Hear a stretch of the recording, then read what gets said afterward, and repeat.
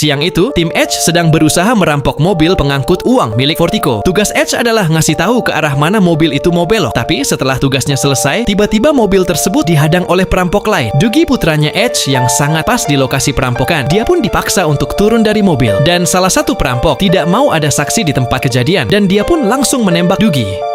Edge mencoba menolong putranya, tapi dia juga ikut tertembak.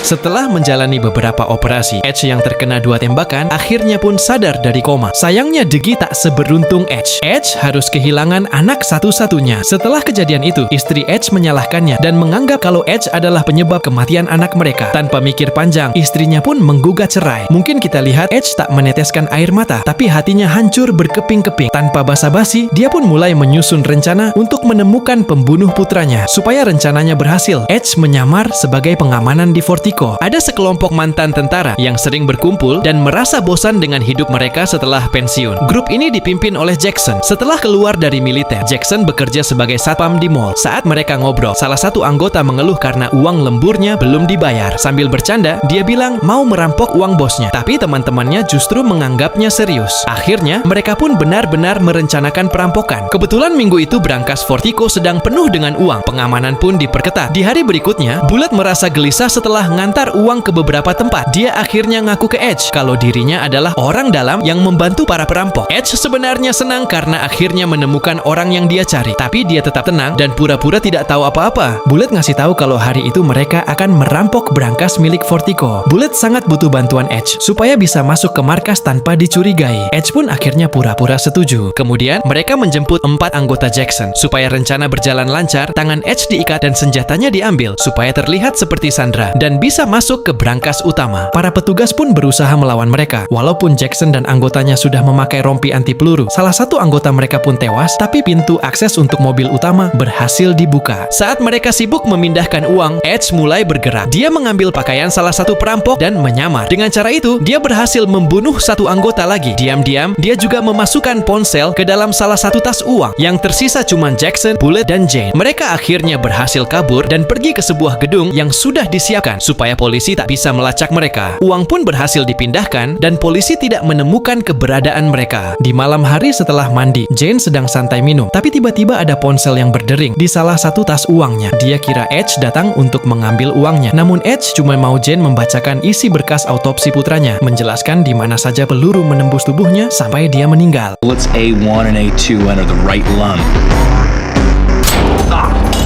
The lungs.